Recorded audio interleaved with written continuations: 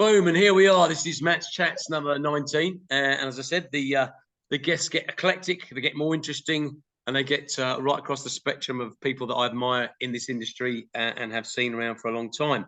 Now, today's guest, this goes back quite a way with me. I mean, I'm a child of the 80s and hanging around the London scene and seeing a band called Maritz many, many years ago and always looking up to them and thinking they were a great band at the time, and always wanted to aspire to be to that level. And moving the story a little bit further on, about 2014, I was working for a company in Wimbledon and questioning the meaning of life, and just suddenly heard this strains of this guitar playing, beautiful guitar sound. I ran to the window, and there, lo and behold, out on this little bandstand right in the middle of Abbey Mills, was the person I'm about to speak to now, the one and only Mr. Greg Hart of Cats in Space. How are you? Oh, very well, Matt. Good intro. Like it. You encapsulated my whole career in 1 minute. yeah, all the way through. But that was an amazing day, actually. It was a sunny day, and I think I don't know what you were doing there. You were playing some kind of festival or something, but you were sound checking. And it just sounded absolutely beautiful. And it just said, that's what I do. It was almost like those situations where I ripped off my suit. No longer do I want to be. I want to go back into music again. That's what I want to do. That's what my job is, mate, is to take us oldies back into the game. Yeah, you're not the only one to say that. I've had a few people that have said, you know, you guys doing what you're doing, it's like, apart from the fact it's madness, it actually gave them inspiration to go, sod it, I'll give it another go as well. I said, yeah, why not? You know, it's an open field nowadays. It's not like it was in the 80s and 90s where it was a very tight remit. You know, you had to look a certain way, be a certain thing, fit in 1 or 3 pigeonholes, and that was the music business. Nowadays, it's just open season, and if you're decent, hopefully you'll rise to the top. You know? Any age, doesn't matter, does it? Well, you know, you're saying that, but I think you're sort of doing yourself a little bit of a disservice here. I normally, before, when I interview people or have a little chat with people, I sit and listen to their music, and I normally do it one of 2 ways. Either it's in the car, as someone will tell you, I'll drive off and I'll listen to it, or it'll be cooking. And I stack on, you know, I just said to Alexa, I just went, play Cats in Space. And it just took me on this trip, and it was just fantastic. I mean, I think I must have cooked one of the most superb spaghetti bologneses I've ever done. And I'm just saying, it was all down to you guys. So, you know, I like to tell the artist. And also the longest spaghetti bolognese as well, hopefully. Oh, yeah, went on for ages. Yeah, honestly, there's several parts to it. It was like a complete progression. But what I want to do is I want to take you back, Greg, to the beginning of how you formed Cats in Space, because I think rather than concentrate what you've done, I mean, it is such a fantastic sort of story on what you do and the way you stick to what you guys do. So tell us a little about it. We're going back to 2015, I think. Is that right? Yeah, something, I think it's around it. It's a scarily long time ago now, but it feels like 2 years ago type thing. You know, it's I mean, just very, you know, a glossary of it was Maritz reformed and we did a couple of albums, and it was really good fun. It really ignited the kind of the passion that I lost, mainly because everything had changed with the internet and what was MySpace and then Facebook. It opened up a whole new world to get your music out onto a platform that otherwise, you know, you could do nothing, you know, aside from having to go and find gigs to do, which was a relentless task anyway. So as the Maritz thing was progressing, my head, as always, was going off into thinking, now's the time. I've got to do what I really, really, really want to do. That's really in my heart, not just AOR, which I love AOR. Don't get me wrong, I love it, and I love writing AOR songs, and I love everything about it. But there is a absolute, as I call it, the AOR treacle. You know, you have to wade through 1,000 million bands all doing AOR, and it just, my heart wasn't really in it, and I just longed to do the band that I always wanted to do, which was, for want of a better word, a mix of Queen, ELO, 10cc, Jellyfish, Supertramp, the stuff that I grew up really loving. I didn't want to do Thin Lizzy because, you know, I did that in the tribute game for many years. You know, I didn't want to do Kiss because I was a bit too old to try and go out and pretend to be a glam rocker again. So I've always loved proper 70s music, not just rock, but pop and everything. And I wanted to combine it all into one big melting pot and not have anything off the table, you know, so that anything was possible. And I put it to my friend Mick Wilson, who was in 10cc at the time, and we'd met and we'd done a few songs with Janie Bombshell on her album, and we just had this bond, an immediate kind of love for everything the same, you know. And we just wrote Mr. Heartache, which was going to be a solo for Mick Wilson. He rang up one day and said, "Look, I've been working with Andy Scott at the weekend doing this show with him, and you know, it was the gods of the falsetto world all meeting together, and they kind of out falsettoed each other." And he sort of said, "Oh, we have to do some more one day." Blah blah blah. Cut a long story short, he said, "Do you want Andy to, do something on this track?" I said, "Well, I met Andy years ago, but we were going to do some writing way back, and it never happened, and things changed. But this time it worked." And that, before you knew it, we had me, Mick Wilson, Andy Scott on this Mr. Heartache track. And I got Stevie Bacon involved and said, "Look, I really think there could be a really good thing going on here." But Mr. Heartache is for Mick Wilson. That's going to be for his second solo album. But it ignited the flame to write songs like I wanted to do. And before you know it, boom, boom, boom, boom, boom, we had like half an album together. Mick went off on tour. I wrote some more songs that I wanted to write, put them all together. Too Many Gods was born. And by this time, me and Stevie had put together a band. We got Jeff Brown involved. We had Paul Manzi. We had Dean Howard and Andy Stewart, all people that I've always wanted to work with. And I don't know what it was, but the timing was everything, because Dean was available, Andy was available. Jeff Brown, I'd known for years but never known him. We all got together to do this a debt for him over in Germany, doing a couple of glam rock shows with his other band out there. But we'd never met, never spoke, yet we knew everything about each other for like 20 odd years. And I went and did this gig with him, and the minute he started singing and playing his bass, I thought, Christ, he's good. I knew he was good anyway, but to play on stage when you get the vibe, and I just thought, if he's not perfect for Cats in Space, I don't know what is.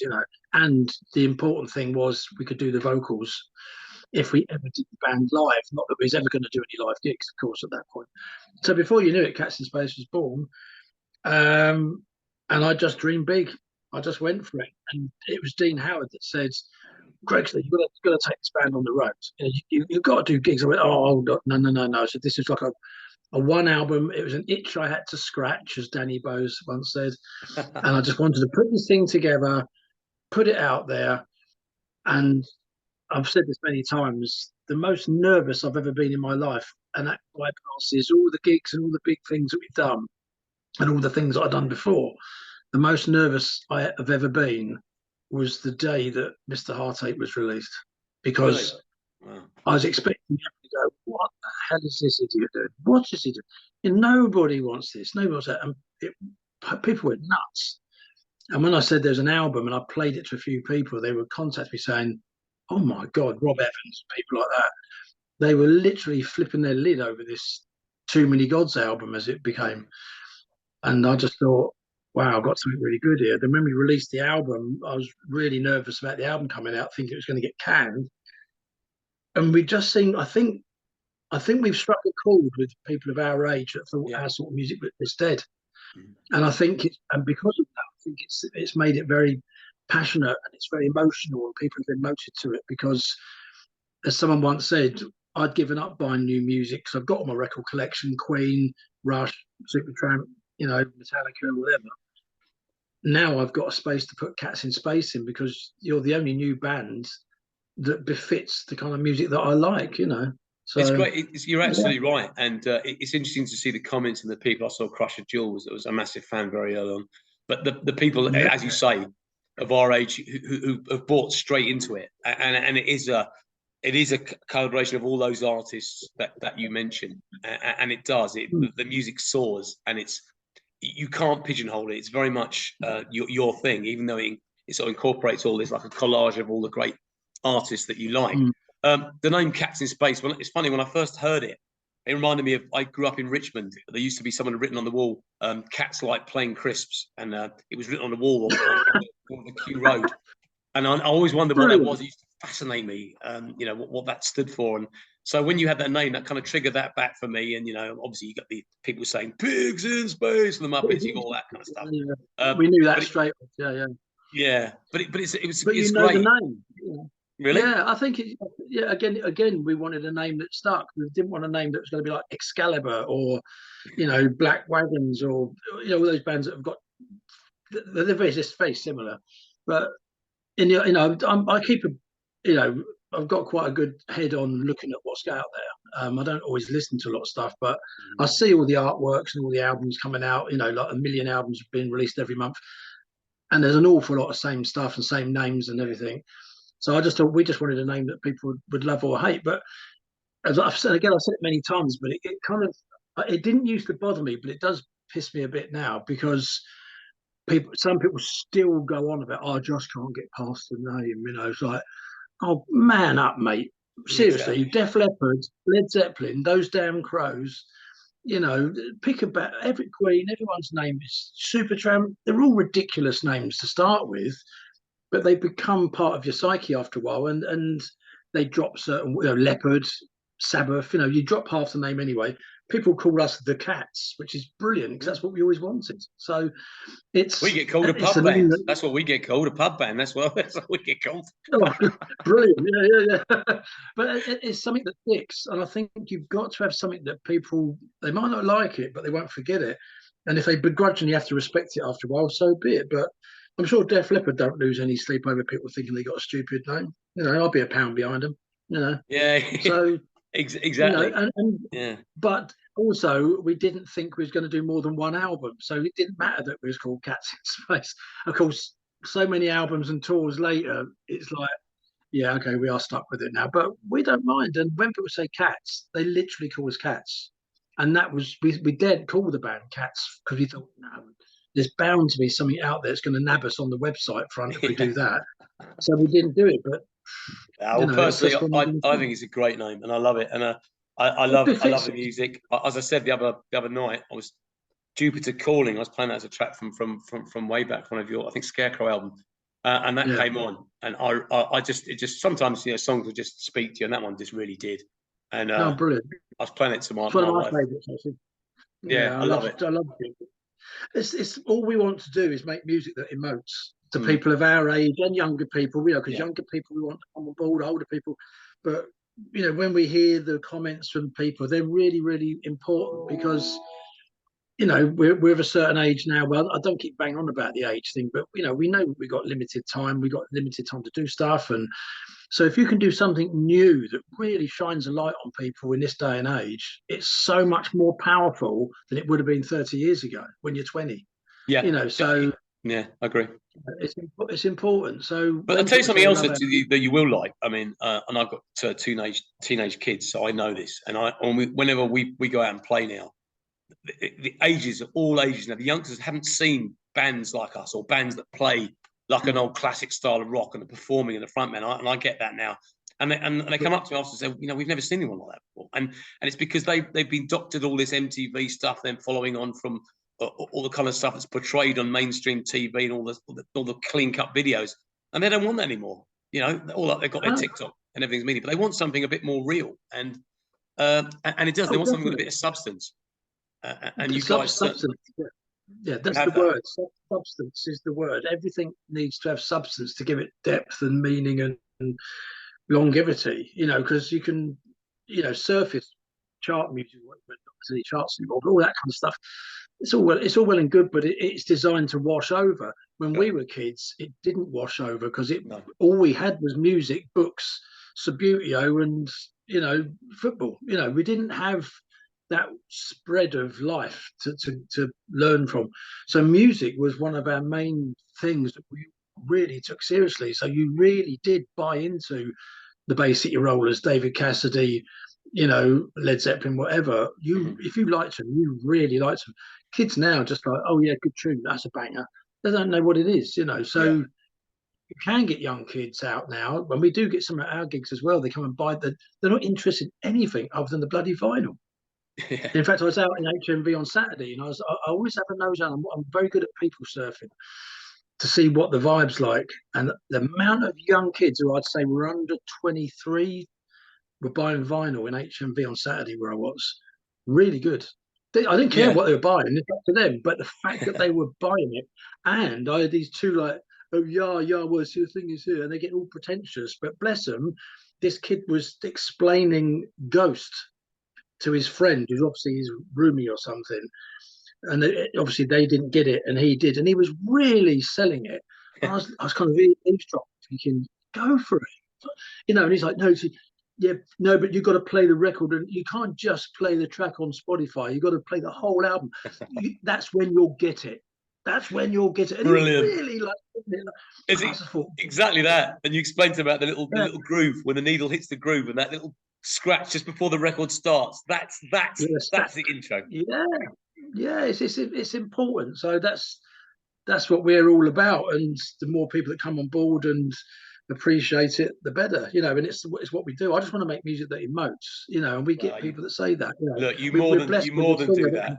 Now, your last album, Kickstart the Sun, which is what you're going to be touring, I think, later in the year. Is that correct? You've got a tour. We start in July. July we start for 3 dates, and then we do dates in September, November, and December. So it's Kickstart the Sun Part 2, which is a full 2-hour theatre show.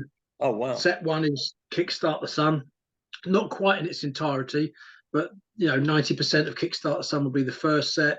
The second set will be all the other stuff off all the other albums. There's going to be a couple of tunes there that we've not played for a very long time. It's going to have all the Fill Out Loving Rock and Roll, Atlantis, Marionettes. They're all going to be in there. All the big bangers, as they call it, will be in there. 2-set show. The band's going to be bigger because we're taking backing singers with us. Oh. So we want to project, not using Meatloaf as a sound alike, but as a visual. You know, Meatloaf was a big sodding show that used to have backing singers and loads of people, and it was just a huge, great theatrical rock show, and it was brilliant. And I like that. That's what Cats in Space to me was always about. So we're trying to bring that into the theatres. It's a massive move, massive gamble, and it's a toughie, but we're going for it because we think that's where we belong, and that's where we're going to go for it. So that's brilliant. I took my son to see Slipknot a couple of years ago, and it was just it was the visual show. I mean, for the first 20 minutes, I wasn't even listening to the music. I was watching the guys on the treadmills and the drummers swinging off, and I just thought, they were putting on a show. They were putting on something, and they were connecting with their audience, and I love that. And I think now you find in theatre they're using a lot more sort of, I don't like the word CGI, but they're using a lot more film along with the theatre. So there's almost like a crossover. So you're being immersed in the whole experience. And if I'm reading into it right with what you're doing, you're trying to create that. You're trying to create a kind of a musical experience that's slightly different to everything else. I mean, you mentioned Ghost earlier on; they do it, but what you've got planned, it's a show out that people will remember. Yeah, definitely. I think well, two things. From day one, someone said to us, trouble is with your band is that you sound and look like you should be ELO with a giant spaceship coming down on stage with plumes of smoke everywhere, and you come down on lasers or whatever. Said, but you've only got 50 fans, so you can't quite do that in the O2 yet. So, but that is what you immediately think of your music that you do. It's not black walls and just rocking out like a rock band. It's how on earth are we going to get to that? And we've deliberated it over the years, thinking, well, it's you need millions of quid to do a Ghost show and a Rammstein show. But I went to see Rammstein last year, and I just turned around to my girlfriend. I just went, these people are here paying massive money for this. It was one of the most ridiculous spectacles I've ever seen. I think about 1% of it was live, but that's by the by. It was a spectacle. It was a spectacle like nothing I've seen. And it was expensive to watch that spectacle. But these people were making memories, and they were making life experiences. And I think our age group, again, going back to that thing, and people younger, they want more now. They want to make a life experience and have a memory. So I think they'd rather go and spend 300 quid on a day out in Coventry Ricoh Stadium than going out to 20 local rock gigs, which is a travesty, but I do believe that's partly true. They'll buy a ticket for Kiss. They'll buy a ticket for Def Leppard and Motley Crue. It costs them 400 quid. Yeah, I know, but it might be the last time we see them, and it's going to be a massive show. They want to do something that's just going to give them something extra. And although we can't do it on that scale, we want to do it on a tiny little smidgen of a scale compared to them. But we just don't want to go out and do yet another tour in the venues and do the same old, because I think people need to see Cats in Space emote those songs correctly. And for that, we need a theatre. Well, I mean, that's music to my heart. I mean, I grew up the same as you, and I think about Boston and the Spacial and ELO, and I remember all that.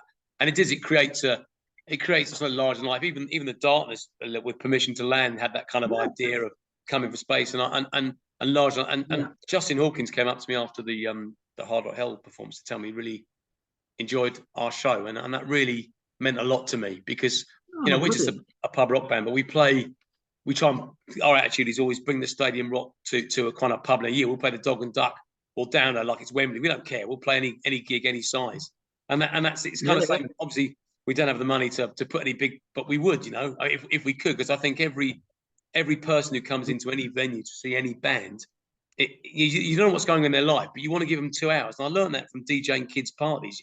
You know, every kid for 2 hours, they're a blank canvas. If you can make them just forget about the rest of their life, for one, that they have an experience where they're locked in and they enjoy that experience, you've done something really good. Because whatever's going on in their life, when they leave that, they go home and they think, wow, that was something different. And that's good. And they remember it. Yeah, totally. Remember it. You're so, I'm so proud you're doing that. And I love what you're doing. And those are people who are out there. Please buy a ticket for this tour. Kickstart the Sun. Have a listen to all their albums. You've got about 5, is it 5 albums and a live album? Is that right? You've got out now? We've got 5 albums, a live album, the best of, and a Christmas album. Well, there you go. Oh, incidentally, I was watching one of your YouTube videos from the spaceship, or what they're called, and I love the conversation about the mini skirts and the nuts and that really spoke, because we did a Christmas song a couple of years back, Christmas Elves of Ransom, and none of the main stations would play it because it was all innuendo, sort of Santa's bulging sacks and all that, and they wouldn't play it. Great Planet Rock didn't play it. No one would play it, and we were laughing. So they've lost the spirit of Christmas, that carry on pantomime. It was totally that, and I think it's such a shame. So it was great to hear you talking about that.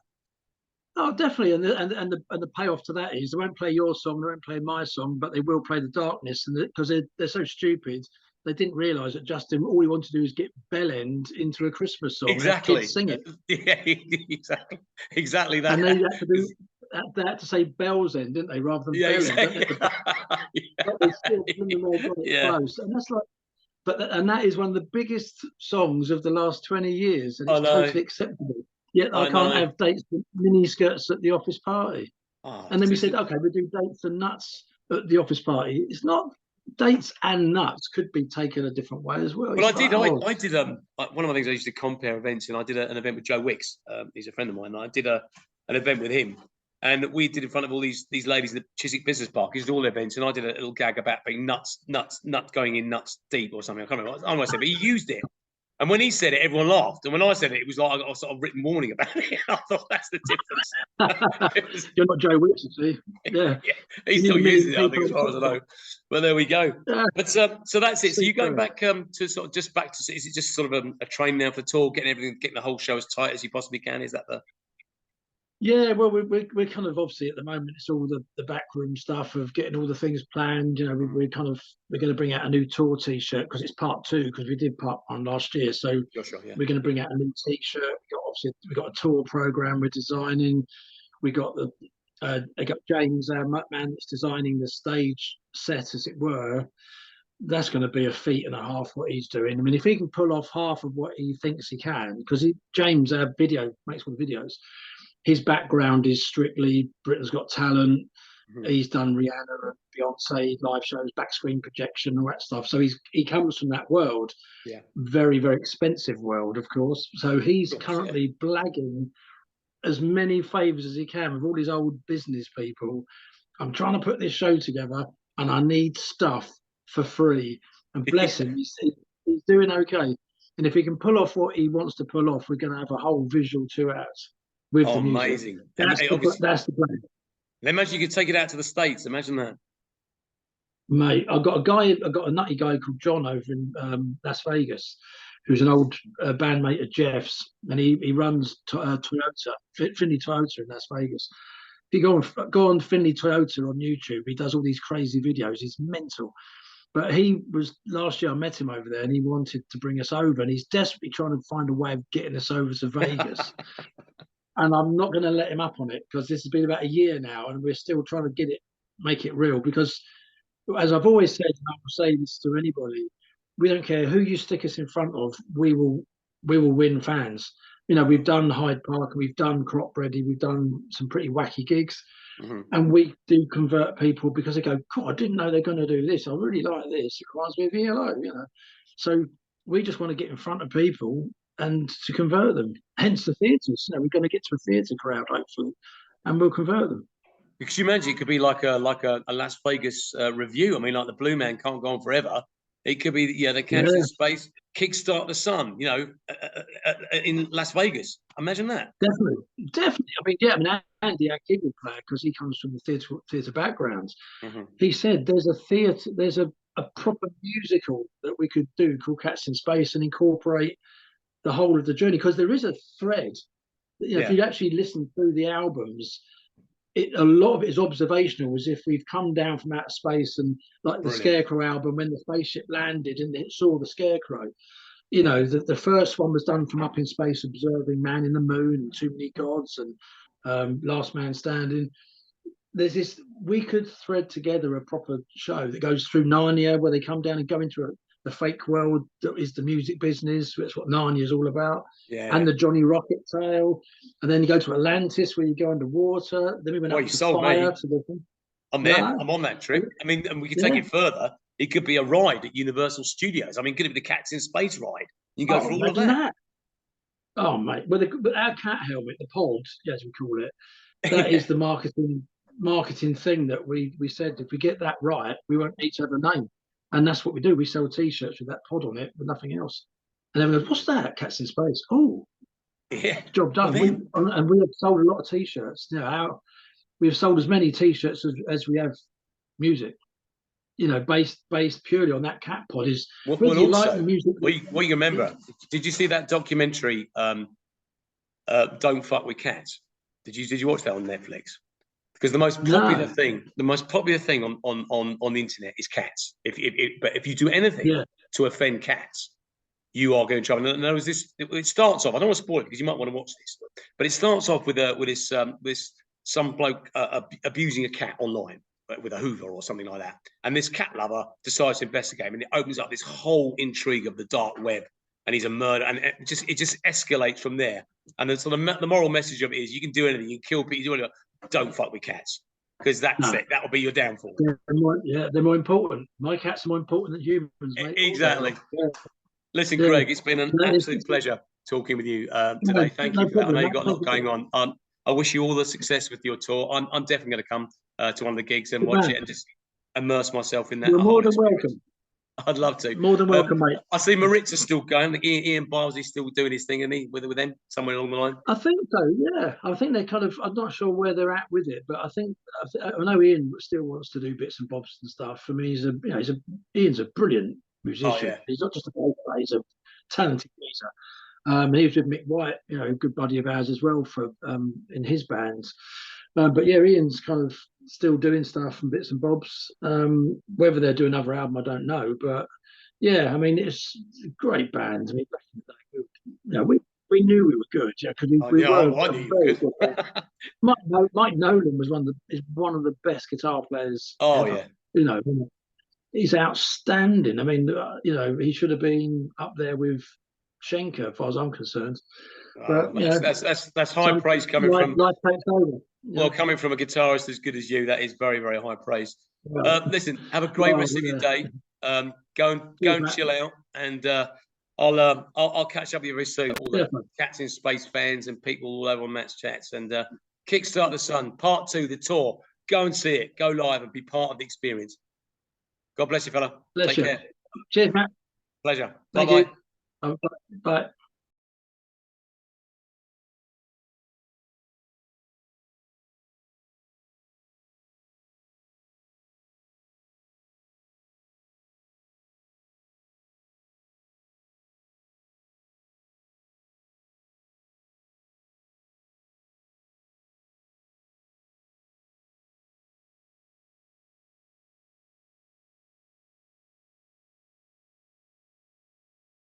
I'll catch up with you very soon. This will go out.